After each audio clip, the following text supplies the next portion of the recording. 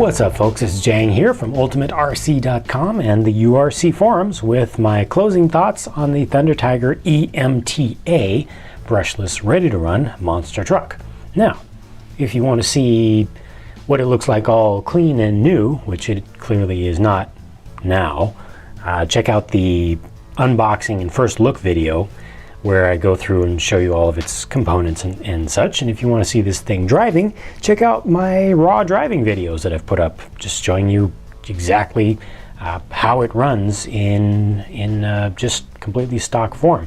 For this video, I'm just going to, like I said, just sum up my thoughts on the thing as a whole, kind of review style. And I'm actually going to start from the end with this one. Do I like the truck? Answer, yes. Do I think that the truck is a good value for its price compared to other vehicles on the market that compete against it? Yes.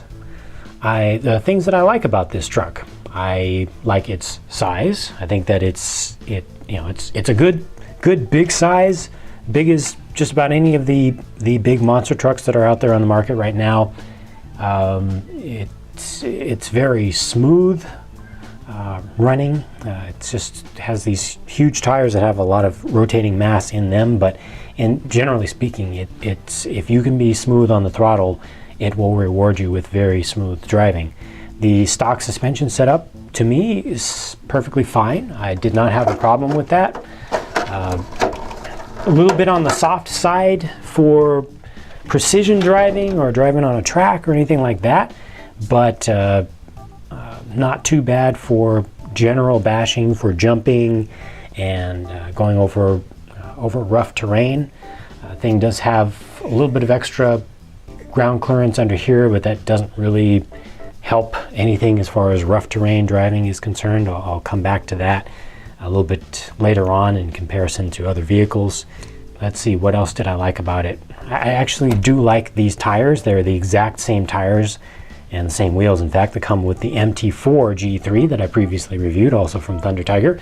They're the same ones that they're now also putting on the associated Rival, which is the electric conversion version of the associated Monster GT, which is a bit of a classic these days. And yeah, those worked out fine. Not real beadlocks, but if you want to color code, you can change out just these rings by themselves. You still have to glue these on. Plenty of power. This thing has plenty of power with that same motor that they use on, I think, all of their 8th scale offerings. I think they might have 2 different kV ratings of them that they offer, but same size, a true 1/8 scale motor. And you know, it's a roughly, what, 40 by 74 millimeter size, completely full in the can. You know, it's not a deceptive looking can, and you can't see it in here because it's buried under all this plastic armor, but there's a 150 amp Hobbywing ESC, rebranded Hobbywing ESC under there, and that thing it has to be one of the best ESCs on the market right now for bashing use for large vehicles.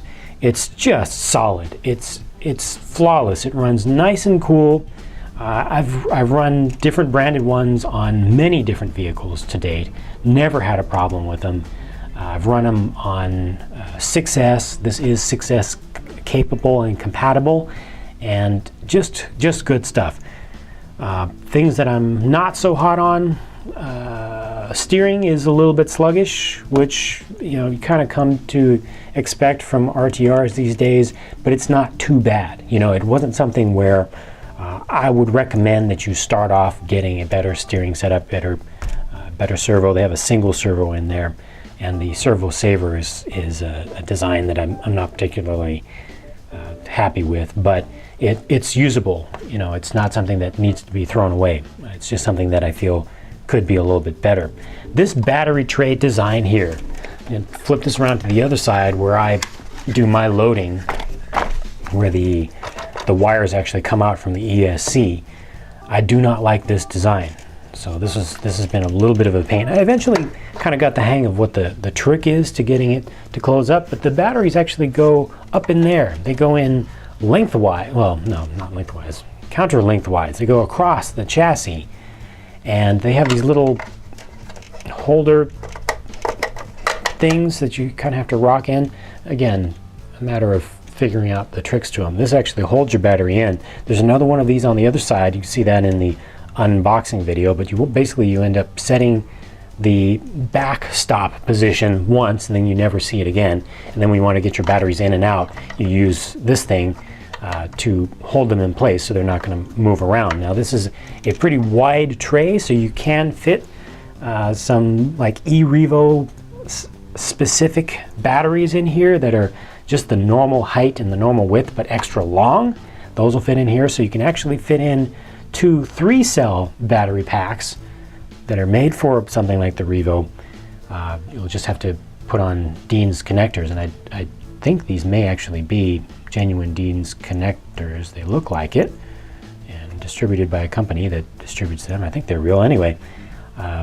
But yeah, so that'll allow you to put in 6S total and run that through here. If you're going to run 6S with this thing, I actually didn't, because I found 4S to be just, like I said, just plenty of power, but make sure you have some slip in your slipper clutch, because this is a 4-wheel drive vehicle, not all-wheel drive. There's no center diff.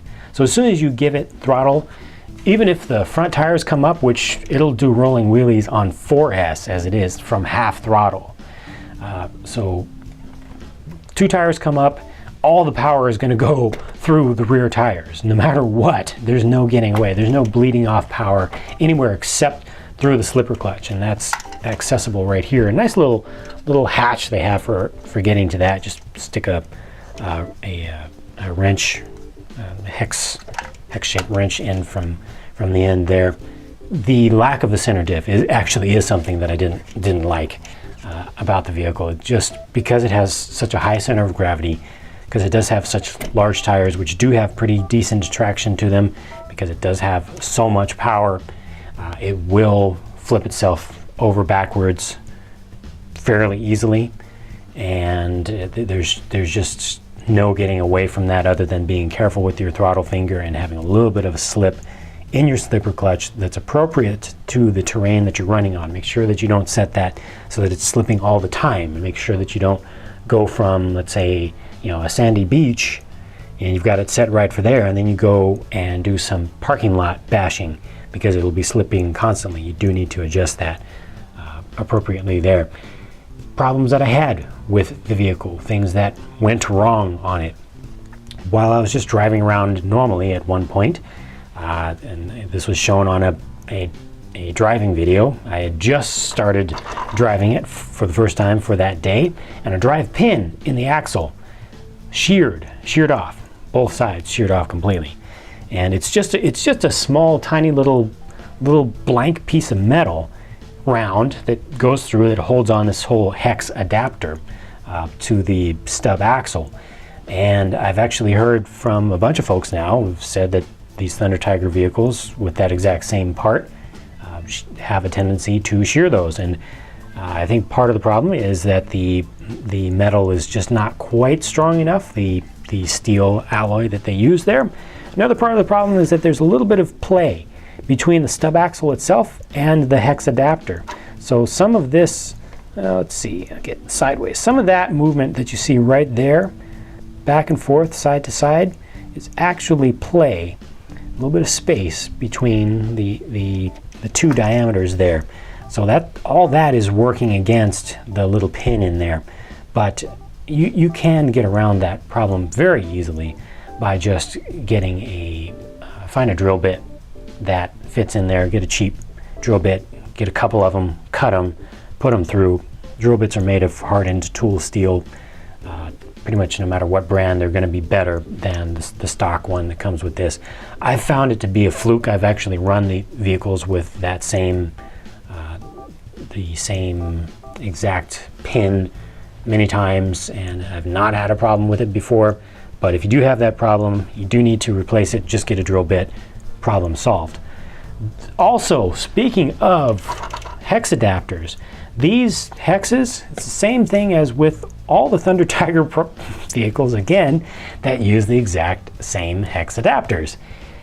They have a tendency to back out. The nuts, the actual wheel nuts themselves, when you first get this vehicle, it's going to come with the wheels not attached.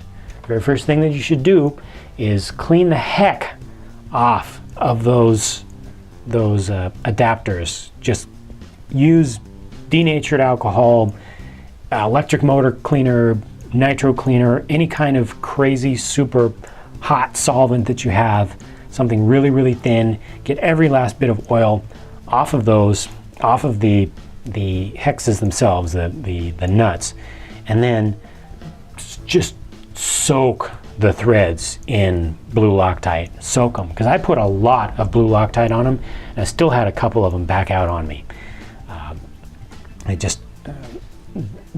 They just don't have any mechanical tendency to bite. So put a ton of blue Loctite on there. Don't use red. You'll never be able to get it off without using heat and melting down your wheels, but that's definitely something to watch out for. Another thing that I had go wrong with the vehicle at one point, and I haven't fixed it just yet, I did have one of these shock ends. It was actually this eyelet right there. You can see that I've got no lower spring clip because I lost it. The eyelet, oh, it's starting to pull off again already. It hadn't pulled out all the way, but it's getting there.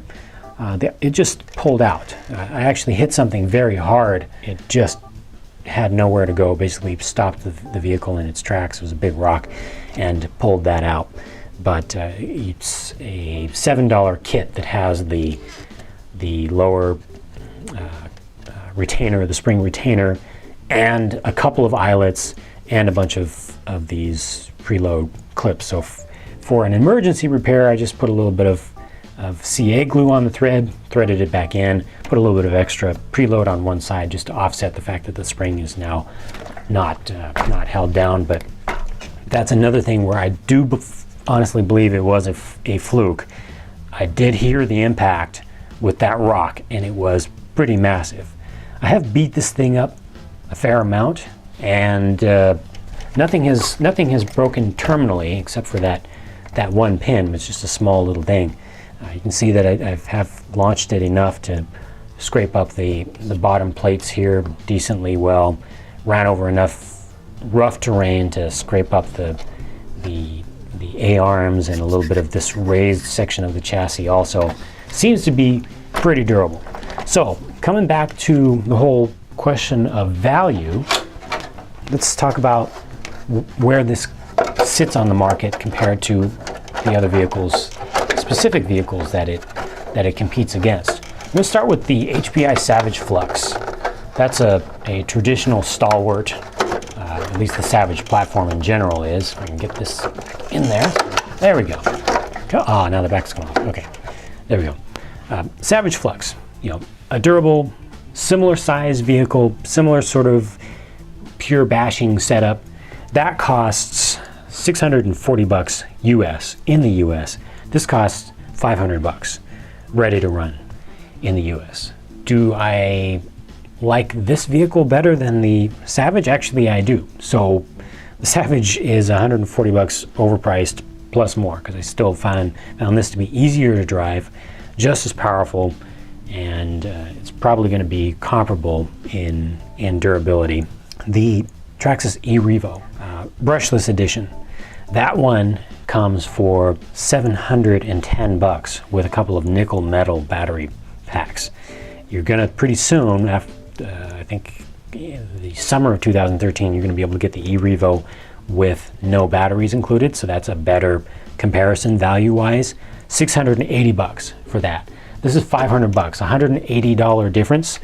I actually do like the e-Revo better than this. I think the e-Revo handles better on all types of terrain. However, $180 difference, do I think it's worth $180 difference for something that's just for bashing? No, I honestly don't. I think that this is still a better deal. And then we come down to the family, to the Thunder Tiger family, the associated Rival, which has recently hit the market, $550, almost the exact same size.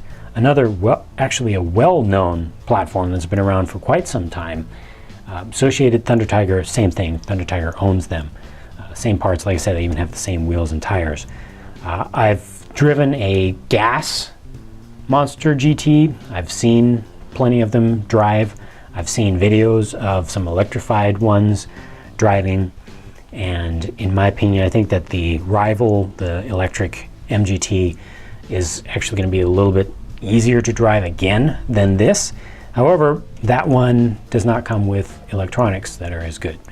This one is 6S capable. The Rival is only 4S capable. And so if you just want to have that ability to say that you have a vehicle that can handle 6S, or if you think you can actually handle 6S, say 90% of people can't, honestly, but if you want that, clear winner here, almost by default, and still cheaper.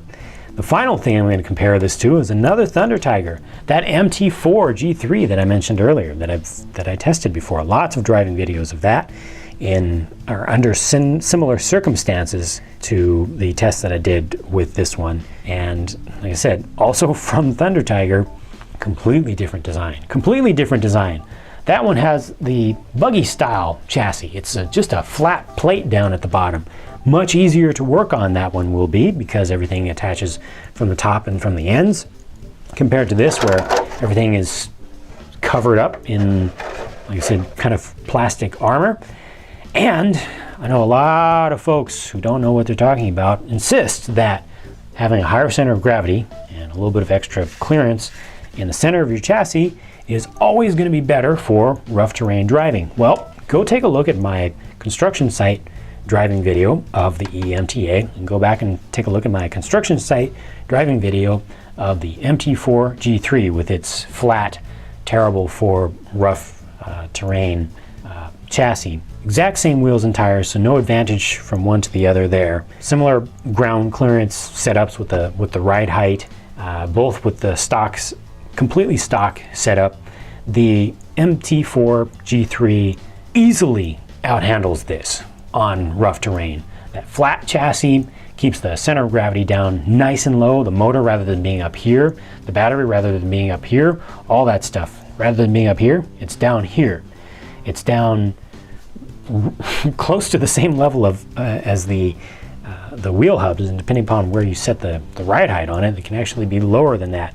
So when it flips, it wants to flip back onto its wheels. When it gets stuck over, high centered over something, it tends to slide. You still have traction. You don't have to actually pull yourself over. If you've got something in the middle here, you have to actually pull that whole diff over the rock or the dirt clod or whatnot. You don't have to do that with the flat chassis. Same, almost exactly the same wheelbase and width overall, same size vehicle. A very fair comparison between the two. MT4 G3 handily outhandles this. Does way better on a track, of course, having the lower center of gravity. And that one also has a center diff. Now the center diff settings on the MT4 G3 out of the box are terrible. It's way too loose. It just bleeds off way too much power to the front. But you can easily get in there, change out that diff oil, turns the vehicle into something that's halfway between the two, between this and its the MT4's stock form. So between the two, that's where the real competition on the market is, in my opinion, for this vehicle. It's this versus the other Thunder Tiger monster truck, the MT4 G3. And I think the MT4 G3 is the clear winner in all ways, except for price. The MT4 G3 is now up to $590 US compared to this one at $500 US. Do I think that the MT4 G3 is worth the extra $90 US? Yes, I do. I think that if you have the ability to hold off a little bit, save up your money a little bit, get that extra 90 bucks, don't get this, get the MT4 G3, you will be happier with it. But if 500 bucks is already stretching the edge of your budget, or if you really, if you have a little bit of extra money but you like to put it into other RCs, upgrading them, having to have some buffer for spare parts if you do break something, if you want to get a new body for this or something, for 500 bucks, for the price that it is, I think that this is the best you're going to do. You get a lot of truck for 500 bucks compared to other things on the market. And I think that pretty much sums up my thoughts on this one. I think I got everything in there. It was a lot, but I did get it in there. And like I said, overall, I'm pretty happy with the truck. I just think that for most folks, if you have the ability to go up a little bit more in price, if you get the MT4 G3, if you can find it in stock, because it tends to sell out, like they bring a certain number of them to North America, and it's not very many, and then everybody buys them because they are known to be good vehicles. Not perfect. They do need help. They do need some changes, but you know, they end up kind of going out of stock everywhere on a regular basis. As of the time of this video, this one's out of stock. Most places also, but if you're willing to wait, you know, put up some save searches, put some vehicles on your wish lists, have a little email me when this product comes in stock type of thing, and $500 for all this, 4S, 6S, even if it was only 4S capable, still a very good value, and I'm happy with it. So again, if you want to see the raw driving videos, I've got raw driving videos of it. Just check those out. No music, just straightforward. You know, see exactly how this thing really performs. And if you wanted to see the individual parts, how it's set up a little bit better, I've got more of that. You can just kind of skip through the unboxing video, just skip through to the things that look like areas that you're interested in.